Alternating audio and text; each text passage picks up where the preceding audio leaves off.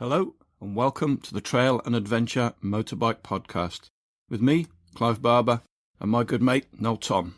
For the days when you can't ride your bike, there's always the Trail and Adventure Motorbike Podcast.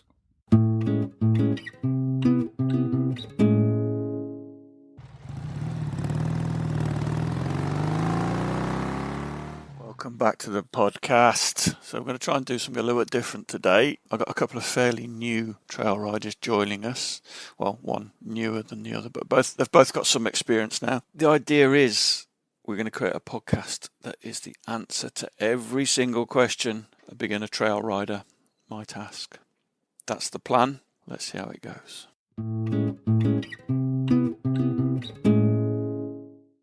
So welcome, Alex, to the first time to the pod. It's very good to have you. We'll get you to tell people why you're on the podcast in a minute. And Will, welcome back. This is your third time, I believe. You're like an expert now. But yeah, so as I said, what we're trying to do is we're trying to create sort of a beginner's guide to trail riding. So Will and Alex, whilst not completely new, have kind of gone through fairly recently the process of starting trail riding. I've been doing it for 16 years or something like that, so I can't remember how I started trail riding, but I thought it'd be good for you guys to we've got some topics to discuss, and then also just to fire out any questions really that you may have that you think might be useful to people. So let's start off with some quick introductions. Alex, do you want to tell us who you are, what you do trail riding wise? Yeah, sure. So I'm Alex. I started trail riding about 2 years ago. I've been riding kind of road bikes. Started doing a little bit of off-road when I was a kid. Always had bikes. Most of them had been road bikes, but I had got to a point where I was looking for kind of a hobby as well as something that I could use kind of as a weekend blast. And there were lots of things that I was potentially looking at. I live quite close to a track that they use in British Superbikes and things like that. So there was the option of looking at potentially like a track bike or something. But I really wanted to find something that I could both enjoy on the weekends and meet people, as well as something to improve kind of my riding capabilities as well. So I kind of introduced myself to Clive through listening to the podcast and trying to learn a good place to start. And I've been riding for 2 years, really enjoy it, and very grateful and fortunate to have been invited on the podcast to talk about my experiences. Oh, we'll see. We might put you off in the next hour or so. You never know. Thanks for that. You're very welcome, and thanks for those emails you sent me encouraging me to do some bloody podcasts, because I've been sitting on my hands for the last year or so, I think, since we did the last one. And you were on the last one, Will. I know you've kind of done some intros before, but do you want to give us a quick potted history of your journey to trail riding? The magical journey. Was it magical? Yeah, so magical. I was on road bikes, as everyone is when they first start out. And then I read Jupiter's Travels. This important point, I read Jupiter's Travels before The Long Way Round, but I found that massively inspiring. I was reading that all at the same time as kind of Unbearable Lightness Being and all that sort of, philosophical nonsense crap when I was about 19 or so. And went out to go and buy a Triumph, but the Triumph dealership also sold BMWs. And if you ride a Triumph from whenever it was, 2004, and then you ride a GS back to back, you're just going to get GS because they were better bikes. So I had my GS. I went down to Wales on it, met some other trail riding people, and took the GS sort of off-road-ish around Waters Arena in a closed circuit. And then I was hooked. Met those people around there. They told me to go and see Martin at Talk Racing, and he said, change this, change that, get yourself some tires. There's a byway 100 meters that way, off you go. Join the TRF. And then sort of did more and more on the GS until it started breaking. So you've actually done quite a bit of trail riding on your GS, haven't you? Yeah, probably the most trail riding on the GS. Yeah, this is the thing. I think It's a wonderful bike, amazing at slow speed maneuvering. You can get it over almost anything, but you will break pieces while you're doing it. And that's the point. I think this point, when people kept saying to me, it's a stupid bike, get a smaller bike, light is right. And you think, well, you're being kind of pious as you're telling me that. And that always put me off. And then you try a smaller bike and you think, hang on, I'm actually having more fun now. And I don't really mind an hour on the road at slightly less discomfort. It's not crazy. And then I started breaking that one as well. So then I got a slightly smaller one. And this one's held together so far. This is the 690 you're on now. So you went from the 1200 to the KTM 890. It was 790, but 790, basically the same bike. Same bike. And then you come down now to a 690. Yeah. There's a logical next step, isn't there? I don't know if there is. Because Greg, Rupert and I did the bike test, the AJP PR7 versus the KTM 690 versus the Husqvarna 450 4-stroke.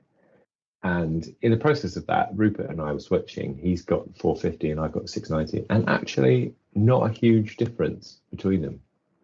Not a huge difference. Yeah, to be honest, that's my experience too. I've ridden a 690 in Morocco. And I think there was only one day I got a bit fed up with it. We were coming down these terrifying, twisty, very tight, massive drop-off mountain passes. And it was a really steep hairpin after really steep hairpin. And I'm just thinking, this is too heavy. I'm just going to see if somebody wants to swap. Because it was like, if I don't concentrate, I'm going to fall off and die. Which is why I went to a lighter bike on that one. But I think the interesting thing for this podcast is there's a lot of people, like Alex, are currently riding road bikes. And they're seeing us, appearing from gates with massive smiles on our faces, covered in mud, obviously having far more fun than they are. And they think, I want to do that. Now, I've got this monster sports bike. It's 1000cc. It's a inline 4. It's 180 brake horsepower, and I can do 200 miles an hour. I'm going to get the biggest, baddest motherfucker of a dirt bike and go and do what they're doing. So what I'm seeing a lot of is people buying GSs because I can ride a 1000cc sports bike. I can ride one of those. I can get a big Triumph and take that off road. And they're not even putting knobbly tyres on. The craziest thing I ever saw at a rally once was a guy who was on a GS 1200. He had kind of 50-50 tyres on. He had his buff on. He had his full Heine Gurecki waterproof suit on, and he fell off before he got to the start line. I mean, fair play to him. He actually finished, he did a lap on it, which was, more than anybody thought he would do. So I guess those are the kinds of people I'm kind of really keen to steer in the right direction of getting something that is, and I think you said the key thing, Will, you can trail ride on anything at all, but you're probably going to have more fun on a smaller bike. See, it's funny, Clive, you say that about like having a big bike and also like driving along and seeing people kind of emerge from a gate, because that was me. So I was driving along with my family. We were driving through the woods because I was taking my family and we're going for a walk. And I think my wife and I are actually talking about like what's the option. And as we were driving, I just saw these front wheels and there was lots of them. And I just thought, oh, green laning. I've always read about green laning. Green laning sounds great. I've always wanted a green lane bike. And it was like, well, why don't you just do that? And suddenly I was like, well, because I've got, and actually, believe it or not, I actually had a Triumph. I had a Triumph Tiger 800 in the garage, which I've seen amazing videos of people doing fantastic riding, off-road riding on, and they're incredibly capable bikes.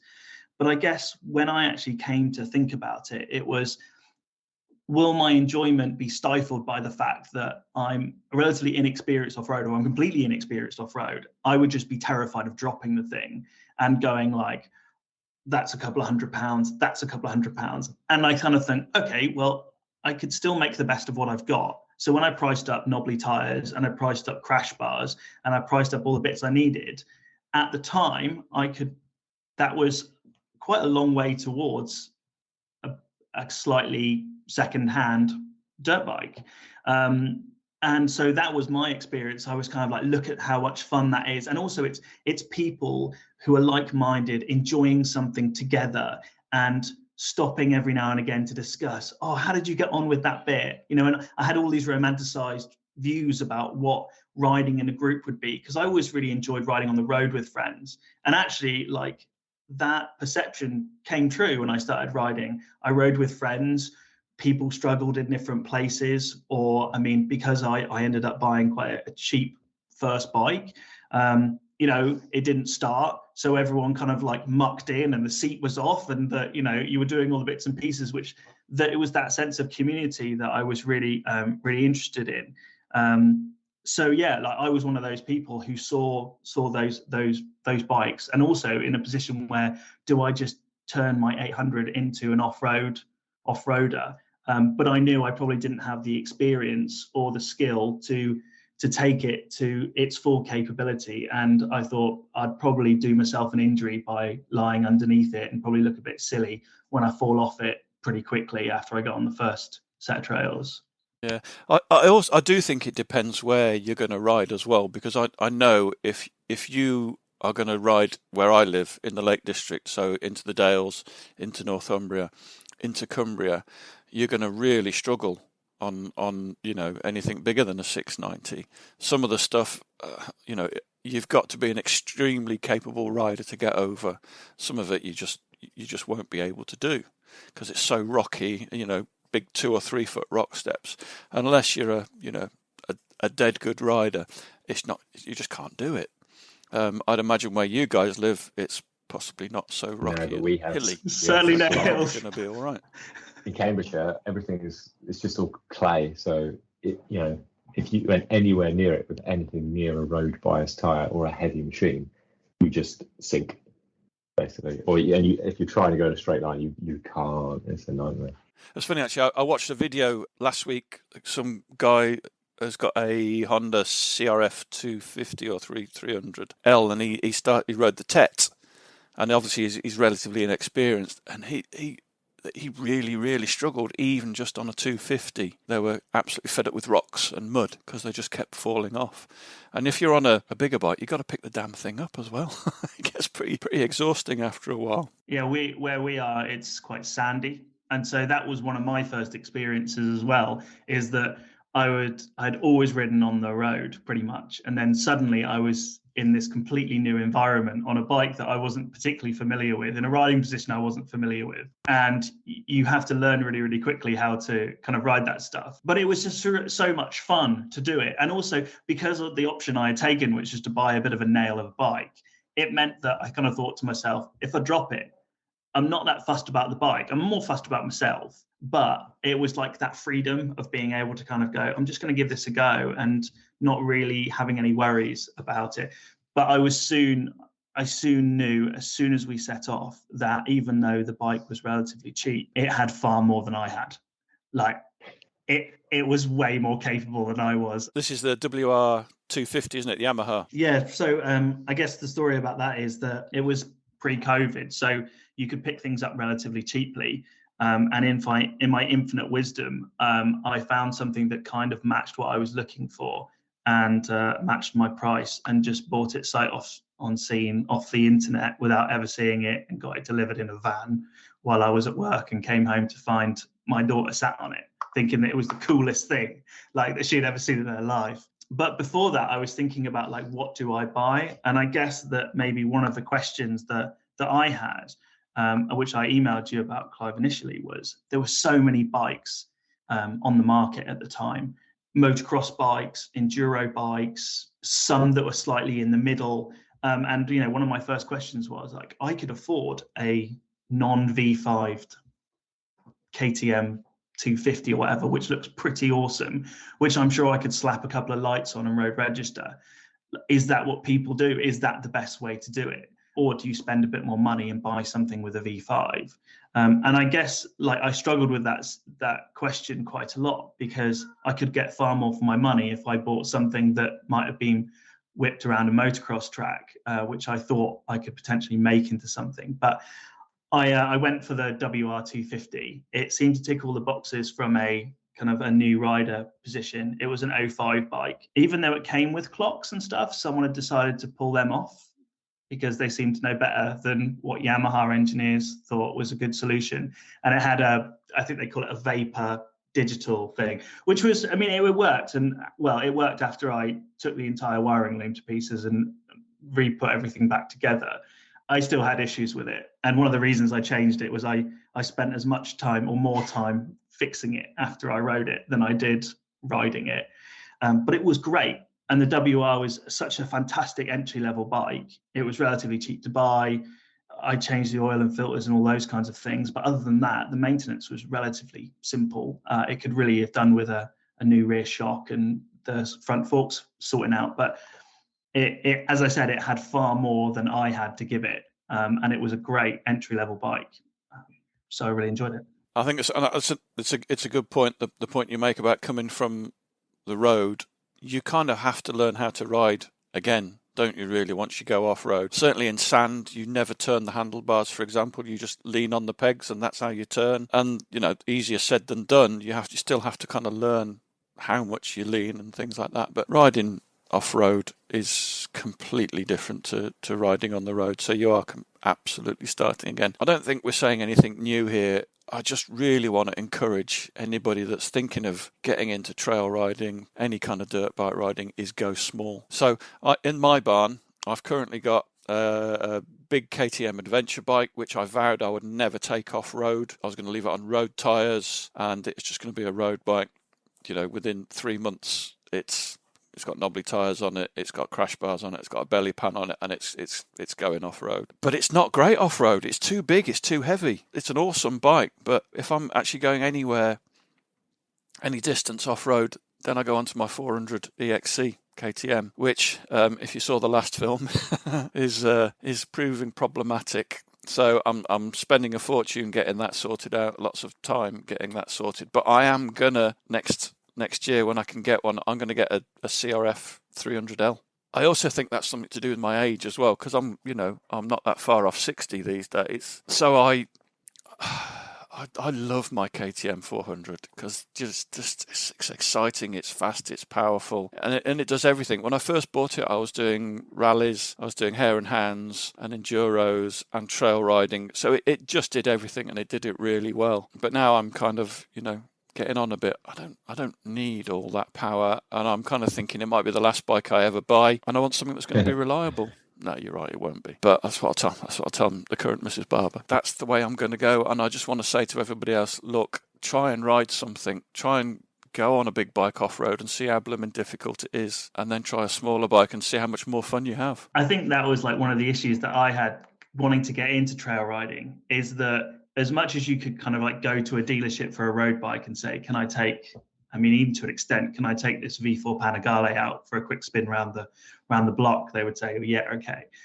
It's quite difficult to understand like how you'll get on with a green lane bike. And I think that I was really fortunate that I was surrounded by really good people who kind of like helped me through certain bits as well. But I remember getting on and like a couple of 100 meters in and going over. So I ride the Thetford Loop, which is quite a well-known trail in the Norfolk area. But really, when compared to a lot of other things, it's certain parts of it are kind of like an enduro stage. It's pretty short, condensed, and there's some pretty gnarly terrain on it. Well, for me, it is. And I just remember kind of like going, I don't know if I can hold on to this for like the duration of this ride. And I guess like if I had said to someone, hey, can I borrow your your £5,000 KTM to essentially put myself and your bike in danger? Like, I guess the problem is with these things is you kind of have to just take the bull by the horns and just commit. And that's kind of what I did when I bought my 250. But I guess that because I had the Tiger, I knew I wanted something almost the polar opposite, on the assumption that I was going to drop it and I would need to pick it up. And it gets to another point actually, which is buying the bike. There was me and there was the bike. And it was my thing to get away on the weekend or, for a couple of hours, but I didn't have a support vehicle. So I knew that if it did break down, I was going to be pushing it home. And I also needed something light enough that if I did get myself into trouble, I could essentially like take it to wherever it needed to get kind of on my own. And that was another thing. And we were actually talking on over email kind of before when I first turned up to my first kind of ride, and lots of vans turned up, and I had ridden, and it was the furthest I had ridden my WR, and I was quite proud of myself. And all these vans turned up, and then cars with trailers, and they all kind of wheeled out these immaculate, very shiny bikes. And I thought, oh no, like everyone's got brand new bikes. They had brand new, like branded kit, all in the same color. And I had this hodgepodge of eBay specials that I had kind of bought, thinking if I don't enjoy it, I haven't lost that much money, and I can just turn everything and walk away, and kind of it's okay. But yeah, it was certainly another thing that influenced my buying decisions when it came to buying my bike, which was it kind of needed to be something that I could kind of move myself without having a support system. It's the thing, like it's a big old investment, right? If you're gonna say, I want to try out a new bike, Clive's told you, don't get that bike that's good for the road, that prestige mobile, the thing that you actually want. Get the small bike because you're gonna have more fun. Like, says you, I don't know you, but there's definitely a matrix of like, it's sort of a prestige to fun to peril trade-off. And the bigger bikes are great, love them. You can do gravel roads and all the rest of that stuff. But I mean, gravel roads really are just uncomfortable tarmac roads. There's nothing different to them there. You could go down them in whatever. But if you could if you could just borrow someone's bike, borrow someone's 450 and go out for a day, you'll have so much fun. And yeah, you sort of drop the prestige value, but the peril value goes down because you're having a 9 out of 10 in fun at 20 miles an hour, and the peril factor goes down, obviously. But it's just, I don't know where you can get those experience days, really, unless you drive yourself to Wales and go on one of the £500 a day courses. Maybe I've missed it. Yeah, you kind of need to know people, don't you, really? But that's true of a lot of TRF members. So if you did go along to a meeting and just say, look, I'm really interested, I don't have a bike, can someone hook me up? I'm sure someone. I've got an old 250 you can have a go on. Yeah. Exactly. And that's probably what I bought. I bought someone's old 250 that was kind of like sat around not really doing anything. But that, Will's absolutely right. Like the amount of people who will give you the time of day, who will go, oh yeah, let me tell you about this. And I think that's another thing about trail riding, is everyone's so passionate about it and everyone's so willing to share. Oh, I did this amazing route. Here's the map for it. Like, here's how you can find it. Or this trail's been closed because we need to repair it or something like that. Everyone shares that information. There didn't seem to be a lot of barriers to adoption in my experience, which was really nice. Though there was a point in my first TRF meeting where you kind of introduce yourself and you say who you are, where you're from, and what bike you ride. And everyone kind of like doesn't really react when you say your name or where you're from. But as soon as you say what bike you ride, you kind of, if you get like a nod, then people kind of get it, which is quite cool. And in my experience, when I said, I've got an old WR250, afterwards someone came over and said, oh, I've got one of those, or I started on one of those. How are you finding it? And I think that was really, really nice. So it's definitely, for me, I knew it was something that I'd really like to do, and I just kind of like committed to an extent. I'd done a lot of kind of research, including kind of reaching out to Clive and Noel and doing a lot of research online and finding what I thought would probably be the good in the middle type thing. I mean, don't get me wrong, the brand new KTMs are awfully attractive. They look lovely. The new Husqvarnas, the gases, all that kind of stuff. But I thought, yeah, go for something that kind of in the middle that I don't necessarily mind falling off. And it seemed to work out for me. I certainly got the bug and I was hooked, but it was a baptism of fire, my first ride, definitely. Do you know what? I remember my first ride. Again, I did actually buy that brand new KTM, like 16 years ago, brand new to me. And I remember the first time I went out on my own because I didn't know anybody. And we'll come on to this and we'll come on to the TRF in a little bit as well. But I remember going out and doing some of the big mountain passes in the lakes. And that's just this one downhill bit. And it was like a 4-foot drop off. And I didn't know it was there. I pretty much fell down it, but managed to stay on the bike. And I just got to the bottom of this and thought, what have I done? I've just spent all this money. I'm never doing this again. It's terrifying. But, thankfully, it's an interesting point, actually, you make about, I wanted to talk about the TRF as well, and also meeting other trail riders, because a lot of people that do get in touch with us ride on their own. And that just seems really sad, because most of the fun that I have is the crack, when you stop for a chat, or you go to a cafe or whatever, and so that's another thing I think we should try and address as well in this. So the other thing, Will, is I listened back to our last podcast we did when you were on your 790, and we were talking about which bike of the 6 do you wish, if you weren't allowed your own, which one would you be on, or which other bike might you buy? And you actually said then, I don't know, I might think about a 690, and now you've got one. Yeah. Well, I exploded. I think on that thing, I think I might have exploded my rear shock. So the 790 just, it is probably the most capable twin for trail riding and doing that sort of long distance stuff. But you are buying one purely because, mate, it's probably partly prestige and creature comforts, but it's because you don't want to sacrifice that road comfort. But the 690 is not that much more uncomfortable on the road. You drop 5 miles an hour, so you turn up 5 minutes later. Who cares? But when you get there, I'm having so much more fun on that bike, doing all the stuff that I would never even dream of on the bigger bike. I love that thing.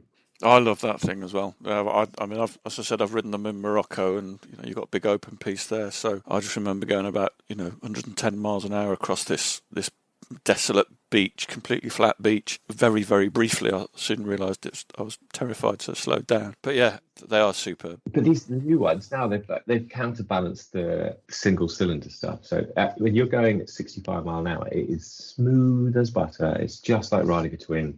It's got a quick shift, so you bang up through all the gears. It's got ABS, it's got traction control, it's got 2 different throttle mounts. The thing is amazing. So I'm not going to ask you what your perfect bike is, because you've got it right, Alex. And you've upgraded as well, haven't you, since the WR? You're on something else now. Yeah. So the WR was fantastic, but as I said, it was the perfect entry into trail riding for me. It was a great bike, but it was starting to get a little bit long in the tooth, and I was looking at rebuilding the rear shock and rebuilding the forks and all that kind of stuff. And then COVID happened, and all the places got shut down, or there were, no one was operating. So I couldn't get any of that stuff done. I'd done as much as I could. And I was looking around, and suddenly the prices of secondhand bikes were just going through the roof. And to be honest, they still are to an extent, or it's in my location, they are anyway.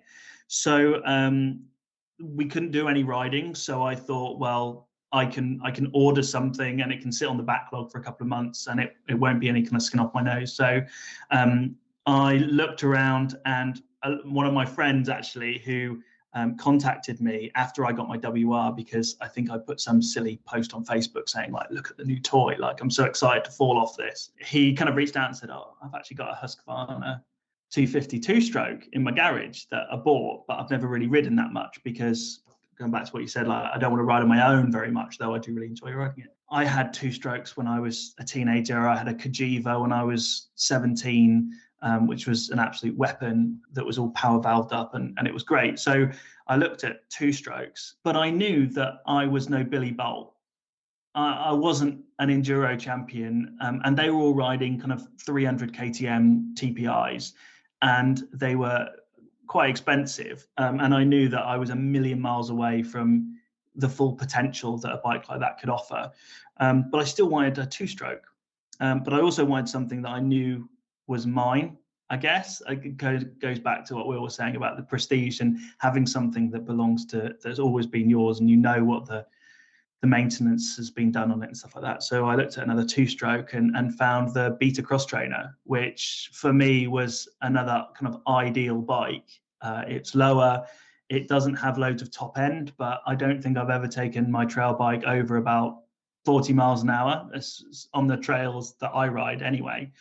It's torquey, and they had great reviews. Like, I did lots of online research and stuff like that, and I love it. Absolutely love it. It is super smooth. It starts on the button. It doesn't involve me to do any kind of crazy maintenance that I thought if anything goes catastrophically wrong with it, just change the piston, and it's kind of no big deal. Whilst my WR, I was thinking about getting the engine rebuilt, and they were going like, this is going to be quite a big job. But with a 2-stroke, it just seemed like the maintenance was a lot easier. The suspension is brand new, so there are parts of my kind of like the route that we ride that I always on the WR were like, I need to focus, I need to get through it. On the Beta, you just like dance over it, and I was like, oh, that was not a big deal. Like, what happened? I put that in no part down to myself. I put it all down to the bike. And when you roll off the throttle on the 2-stroke, you don't get kind of like the engine braking, and the ability to kind of flow through some more of the open sections for me just suits my riding style a lot better. It's super light. It makes all the 2-stroke noises. It makes all the 2-stroke smells. I'm a very happy boy, and I keep up with everyone. So anyone who thinks kind of like, again, it kind of goes back to, I need the biggest, baddest 450 EXC with all the bells and whistles and I can't remember what the top spec one, the Erzberg kit or whatever. I can keep up with most people or anyone of kind of a similar ability to me. Bike's great. So I would say absolutely perfect bike for me would be the Beta, especially as I don't really have any road sections really that I have to contend with. So I love it. Good. Well, I'm just looking at my notes I made for this podcast, and the which bike question, my notes say large versus small, but the best bike is the one in the garage, and it depends where you ride. And then the final note is just get a small one, for fuck's sake. There we go. I could have saved a lot of breath. Just get a fucking small one. Also, get 690, so then you don't need a trailer or a van. One bike. See, this is the thing I was going to ask you, Will. Like, do you find it quite heavy or not? No. No? Because I've done my journey in reverse. So I had a GS Adventure. Oh, of course, yeah. 790. Now 690. So I've got a van, and I had a trailer for a while. Well, I had a trailer and then I got a van. But I only live in where, I do all my trail riding from the doorstep, really. The nearest trail is about 4 miles. No, it's not even 4 miles from my house. It's about 2 miles from my house. So I've never really needed one to go trail riding. If I meet pals, I meet them in Kendal, which is 9 miles away. So yeah, but we're going to Spain next year. You have to we're gonna ride there, aren't we? Yeah, you've got to get to Portsmouth. I think, yeah, that would be an issue for me, definitely, because obviously, like my bike is very much it's kind of like a motocross bike, really, with lights and things like that. I mean, the engine in it is pretty much the similar to the RR and that kind of stuff. So I wouldn't take mine. I mean, I ride it a couple of miles to the trail, but I would be in trouble if I had to ride anywhere. And also, like, I'm a little bit.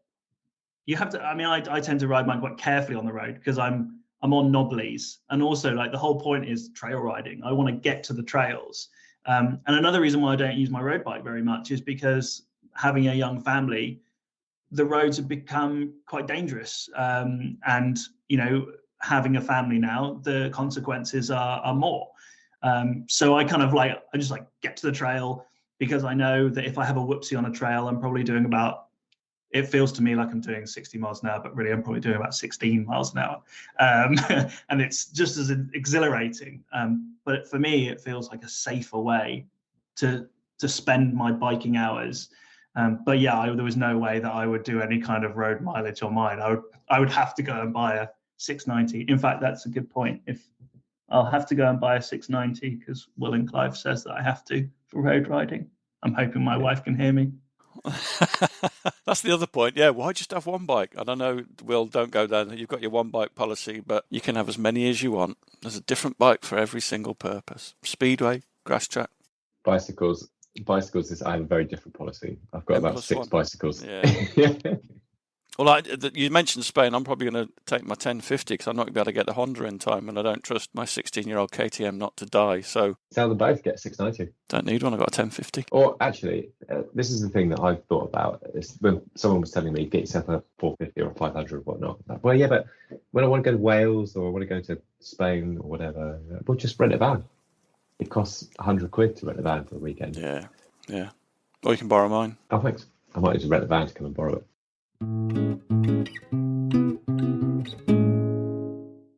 What do you need to add to it to make it trail safe? To the bike or to you? Well, we'll start off with the bike, and then we'll move on to you. Just get tyres. What gear you're going to get? Tyres on anything, you ride it. Tyres on Hayabusa and ride it. Listen, tyres. The whole tyre argument. There should be no discussion about what sort of tyres you get. Just get the knobbliest motherfuckers you can get. No, it's no point. 50-50 tyres on trails, pointless, absolutely pointless. Unless you're going on gravel tracks only, then they'll be fine. But so would road tyres. There's knobblies are okay on road. You just readjust after a week, don't you? But taking a road tyre down a trail is fun to peril goes off balance. You want fun up here, peril down here, but you've moved it backwards. And I've got really, really bored of those discussions. Oh, do you get the Michelins or the Dunlops, or should we get the Motos? Just get whatever your guys got and get them to put them on. There's the other thing about thick inner tubes, hopefully more puncture resistant. I've always used Mooses on my trail bike because I know they're not cheap, but they last about 4,000 miles before they go off. It's not like I'm a Dakar rider. And that's a lot of time for me. So I recommend Mooses if you can afford them. If not, get a thicker inner tubes in there, and always carry a spare 21-inch tube. We can go in the front or can go in the back. Yeah. Just get knobblies. Yeah, agreed. I actually, when I bought my Beta, I bought it new, and I got them to throw in the set of Mooses because I twisted their arm. I don't know why they managed to do it, but they did. Yeah, and it goes back to my kind of situation where I didn't have anyone to rescue me, and the idea of kind of like spannering on the side of the trail when I only have a couple of hours. One of the reasons I bought my new bike was I wanted to, I find 3 hours on a Saturday or on a Sunday, and I can just get on it, press the button, I can go. And I think for me, what would be heartbreaking is if an hour in I get a puncture and then I spend an hour and a half, mangling my rim and trying to get a new inner tube in. So I just thought, you know what, if I was sat on the side of the trail and someone said, it will be £100 a tyre for you not to be sat on the side of the trail and you could be riding, would you pay it? And I'd say, absolutely, I'd pay you twice as much. So when I got the option of like £100 an end, I was just like, yeah, it was a no-brainer for me. Some of my fondest memories are sat on the side of the trail with someone else hammering a rim to try and get it to hold air and whatnot. Yeah, but that's fun as long as it's not your rim. So I kind of thought it was my rim. Oh, was it? Okay. Yeah. You've got better friends. You've got better friends than I have, Will. Well, I was laughing at him. We were doing we were both on GSs and we were doing a loop round Surrey, and we got to the end and he had a flat tire and I was laughing at him and he repaired it. And we went to set off and we realised that I also had a flat tire, but also my rim was in a funny shape. But it's a long story, but it was good. It was a fun day out. So that's tyres sorted. Upgrades. So for me, there's kind of three things that you should absolutely have on your trail bike. And I don't know why they're not, well, I know why they're not factory fitted because they want you to go and spend more money, of course. But you need a belly pan, you need handguards, and I would recommend the wraparound kind of aluminium ones because they stop your levers from getting broken. And also some kind of radiator protection, whether that's sort of engine bars or something to stop your radiator from getting squashed and punctured. Other than that, everything else is a bit of a far colour. I haven't got rad guards on my 690. Should I get rad guards? I think you probably should, because you're going to drop it, and if it lands on a rock and your radiator goes like that, and then stuff starts puking out. Do you know what? I've left it box standard. So the kind of the trails that we've got, we don't have a lot of rocks. So I never had an issue with the sump guard.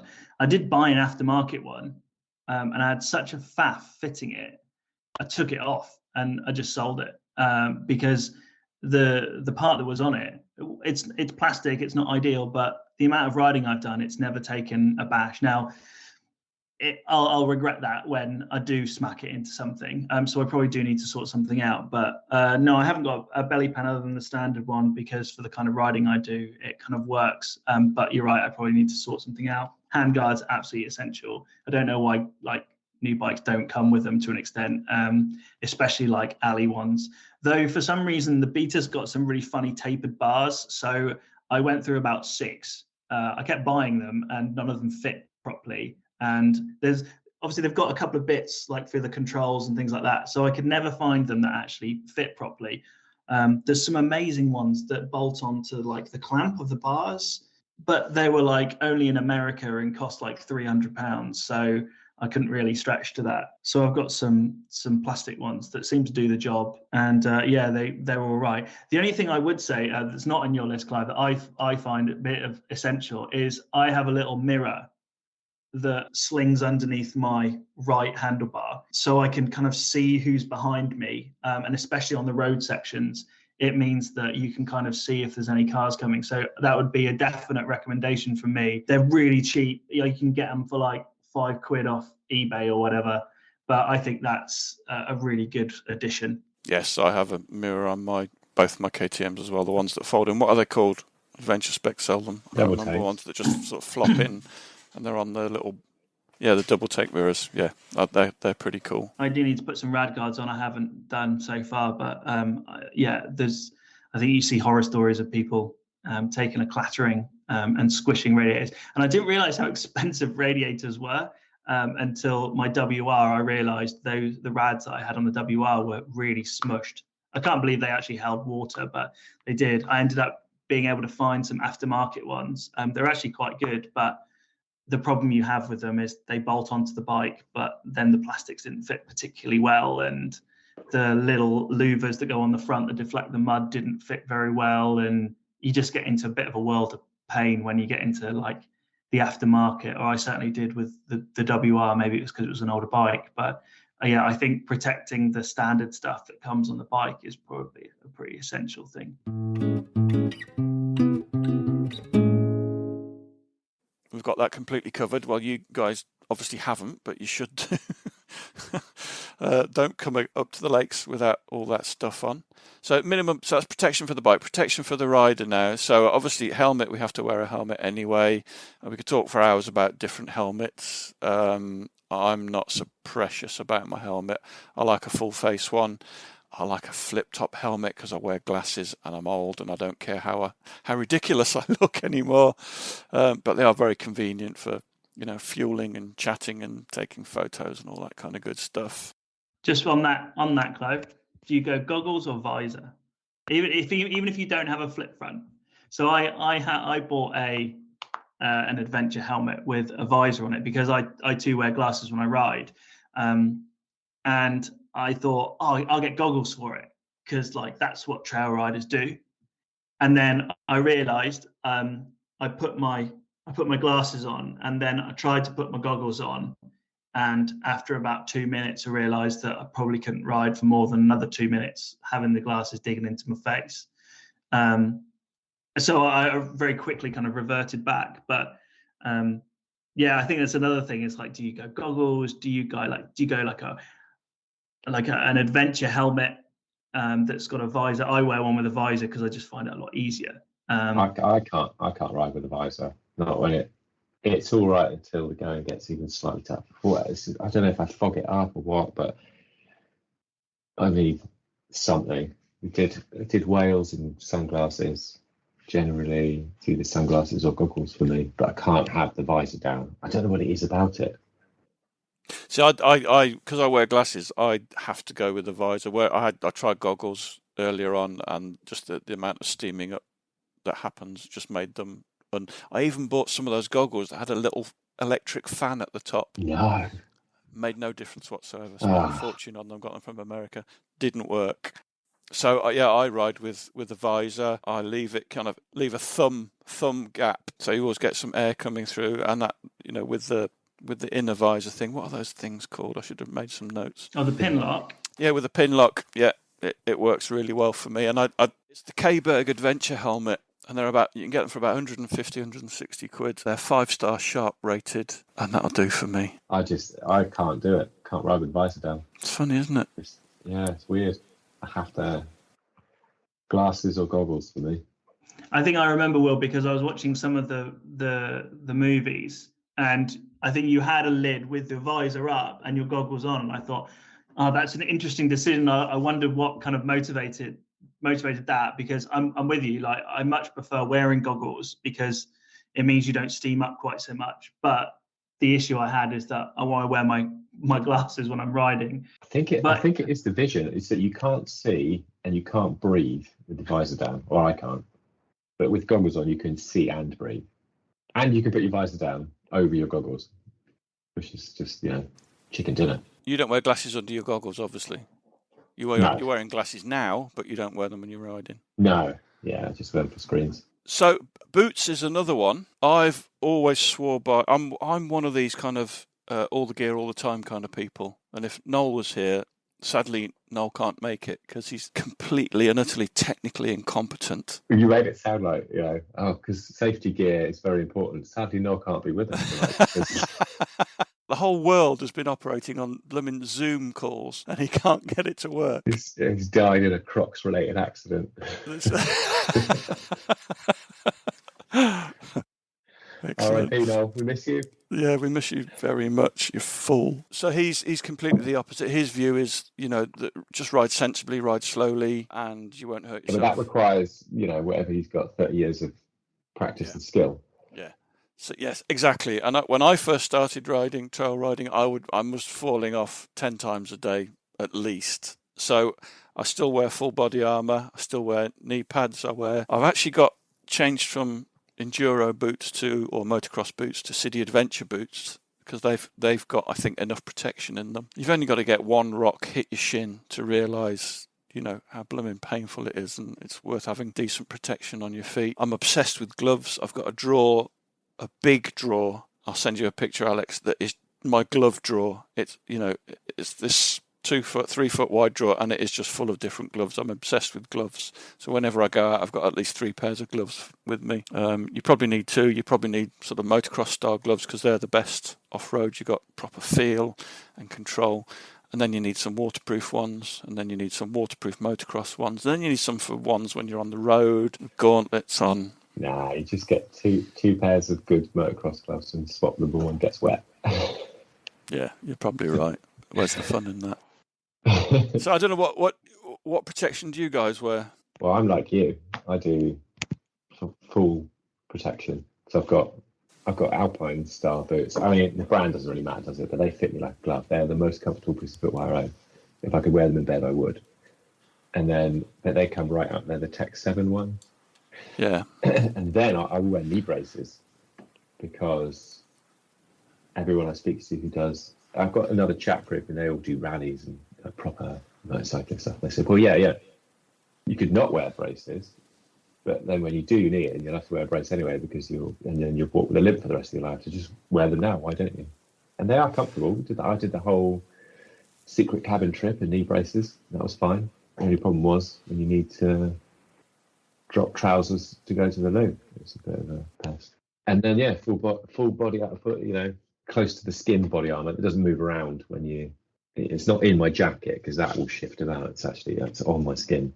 Yeah, so I've got, I think, is it force field stuff? It's that 3DO that sort of is soft and molds your body, but goes hard. Yeah, it's hard when you first put it on. As soon as you warm up, it molds around, doesn't it? Yeah. Yeah, it's great stuff. That is kind of, wear that as with a inner layer, and then you have a jacket over, and then potentially. Well, I mean, we're lucky, haven't we? We've got all that adventure spec kit. Yeah. So it's the D3O stuff is in everything. It's in climb stuff. Forcefield might have their own proprietary thing now. Nox do some really nice stuff, a similar thing, and then some of their stuff is abrasion resistant as well, so you can slide down the road with it. But I think, armor next to skin, not in the jacket, is better. That's my opinion anyway. Yeah. When you fall off on the road mostly. Yeah, I'm not so fussed about enduro kit anymore. Motocross kit, I never ride in that. It's I know a lot of people do, but I think I kind of agree with Noel on that, really, that anything that makes you look like you're riding a race bike, try and look as innocuous as possible. That would be my favour. But again, as long as you've got the armour on, I don't think it matters what you wear. I think having waterproof stuff with you is certainly in British weather is pretty essential. If you're cold and wet, it's not a lot of fun, is it, really? Well, yeah, and you've got to have that abrasion, though, haven't you? You've got to have the abrasion thing, yeah. So if you can get something if you can afford to buy something that is abrasion resistant, then all well and good. So yeah, my approach is, I think it's pretty much for all biking, whether it's on road or off road, is I wear all gear all the time. I tend to go for the best brand that I can afford, because the brand, I don't mean brand because it's all about the label. I mean, it's about like the technology and it being as good a quality as possible. But when I first started riding, everything was secondhand, but I tried to get the best secondhand I could get. So I had a set of Garnet SG12 boots, motocross boots. They were really, really good boots when they were brand new. I think the person had worn them a handful of times. And so for me, they were cheap and they offered a ton of protection. It was like wearing nothing I've ever worn before. I mean, these things were as stiff as they come. And I initially thought, how on earth am I going to ride in these things? I can't feel the shifter. I can't feel the brake. I had no idea how I was going to do it. But after a while, like, they come to you. One of the other questions I think I reached out to you, Clive, was with green laning means riding to the trails, or in my case, riding to the trails and then trail riding. But the difference, the delta between off-road kit and on-road kit seems massive to me. You've got, like, I think you said about like Heingerich jackets and trousers and stuff that have multiple layers, a waterproof layer, a textiles layer, an armor layer. And I just thought, like, standing up and riding around, I'm just going to like perspire. Like, I'm just going to get so hot. And it's going to be heavy, and I don't want that. But at the same time, I was looking at motocross kit, going, it's got no armor. Again, I was watching people riding, and I couldn't see them wearing armor. And I'm going, if you come off on the road, even if you're doing 30 miles an hour, you're going to be toast. So after doing a little bit more research, I went for, I had my Garnets, I had a secondhand pair of Shift motocross trousers, and I found some really good Knox soft DO3 knee protection, which was really, really comfortable to wear. I've still got them. They're brilliant. I don't wear braces yet, just because I've never needed them personally, and I haven't. Yeah, they're very expensive. So maybe if I like injured one knee, I could afford maybe to buy one. No, it was. This is the trap. This is what my friend said. You know, I got mine off country, I think, secondhand, but you'll do it, and everyone does that injury going around in a car park or something. So I got my knees, they were fine. I don't wear any hip protection, but I think you can buy like padded shorts and things, though. It's never something I've done. And I managed to pick up a O'Neill, I think, undershirt that's got DO3 in the shoulders, elbows, a little bit in the chest and a little bit in the back. And then I just put a motocross jersey over the top. But again, I find it's one of those things when I leave the house and it's maybe early in the morning and it's a bit chilly, I just kind of have to tell myself just to get on with it. And you're going to be cold, but as soon as you hit the trail, like for me anyway, I get hot. And so when I see people turn up, which kind of happened at the last ride, people turned up with their brand new bikes, they rolled them out and they put on like full RST adventure gear that I would wear on a KTM 1050 or something like that. And I just thought, how are you going to get through without just like keeling over and get so hot? So yeah, that's what I went for. And gloves, I think I've got a couple of motocross gloves, but again, I was quite apprehensive first riding, going, if I have a whoopsie on the road, I'm going to lose a finger, because I've always been really funny about my hands, and I've always bought, like, my gloves are almost the most expensive thing I've bought, because I think, like, if I lose a finger, I'm going to be in real trouble. And I think one of the British Superbike riders injured a finger, and it took like years for it to heal, because like you use your hands all the time. So I was a bit apprehensive about that, but I soon kind of get over it. And I think it goes back to having wraparound handguards and things like that. So yeah, my opinion is always buy the best stuff you can afford. But if it means you've got to buy secondhand, go for it. Now I've got a set of Alpine Stars Tech 7s, I think, as well, Will. And the reason I bought them was because I was told they were the most comfortable motocross boots you can buy. And they were right. I stuck my feet in them and I rode, and I never had any issues. Whilst with my Garnets, I put them on and I couldn't feel anything for 2 or 3 rides. I didn't really want to go back to that feeling. So I think your point about the getting hot when you trail, that's the crucial one, because you do work up a sweat. It can be absolutely freezing cold if you go out in the winter and you're still sweating like a pig, because you're actually getting a full body workout riding trails. So that's a really good point. So listen guys, we've been recording for an hour now, and all of the different topics we had to discuss, we've actually addressed, I think, 3 of them. So I suggest what we're going to do is we're going to make this into a 2, possibly even a 3-parter if you're up for joining again, the pair of you. Maybe we can help Noel with the technology and get him to talk about why you should just wear a plant pot on your head and make some clothes out of tin foil or something like that. So what I'd like to cover in the next episode is I really want to talk about the TRF, because I think they get a really bad press, possibly justifiably from 10, 15, 20 years ago, but the modern TRF is a different beast, and I think they have done some fantastic things recently, not the least of which is the Green Road map that is available to all members, and I think we should need to talk about that. The TET is another thing. I think the TET is the biggest and the greatest thing to happen to trail riding in the last 20 years by a friend of the pod, John Ross. It's a remarkable thing. I wanted to talk about, we touched on that earlier, tools and other things that you need to bring with you. Riding technology, something about riding on your own. Is that a wise thing? What should you do if you are riding on your own? And something Alex mentioned actually is how you deal with people that you don't ride on the footpaths, do you? So I think it's always good to have something for when you come across those people. And again, the TRF are doing a fantastic job of lane preservation, and many of us do get involved with maintaining the lanes, with raising money, working with the local authorities to do that. I think that'd be a good thing to address as well. And also, it'd be great as well to talk then about multi-day planning and a sort of longer term adventures, things like camping kit and stuff like that. And I think finally, what I would really like to talk about is kind of the code of conduct that the TET has and that the TRF has as well, because we should not be using the lanes as racetracks. There could be kids or horses or whatever around the next bend. So riding responsibly and behaving responsibly is really important as well. So I suggest I'll stop recording now, and part 2, possibly even a part 3. You up for it? Yeah, absolutely. I was just thinking when you were talking about the TET, can you get it to come our way? Because you look at the TET map, comes our way. It's like they've even done like where I used to live, like they've done the Great Western Way or something, like which is all down south. And I'm like, well, I don't live in Somerset anymore. Like it just seems to like veer off from East Anglia. Like, oh no, we don't want to go there. But we've got some great stuff. I mean, don't get me wrong. Like I said, like the sand in some places is just horrendous. Have you really though? Have you really, boys? No, it's nothing like Cumbria. No, listen, no, it's not. I'm going to click on the stop recording now. Well, there we go. Back to the podcast grindstone. Listen, I just wanted to say thanks to Alex and Will, but also thanks to Danny, Soren, Alan, James, and the rest of the Shoot and Ride guys.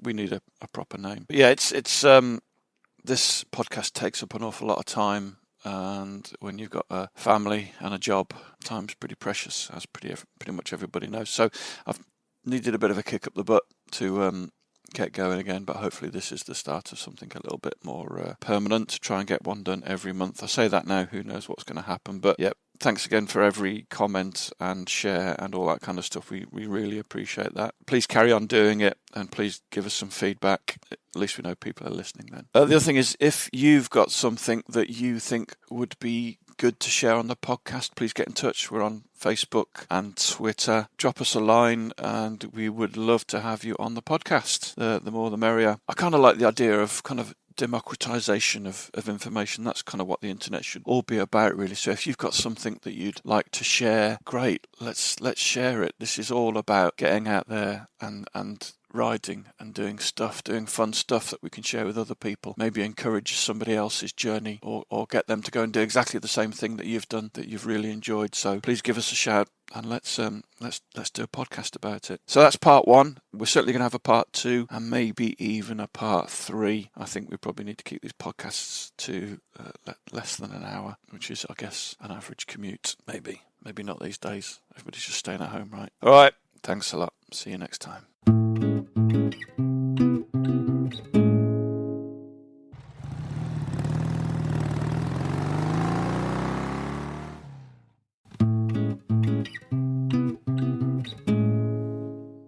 Thanks for listening. We really appreciate your support. Don't forget you can follow us on Facebook and Instagram. And if you really appreciate what we do, you could consider supporting us on Patreon or buy us a coffee. Links are available on our website, which is tampodcast.com, tampodcast.com, where we also have a limited selection of branded stuff. But either way, please keep listening and spreading the word. See you next time.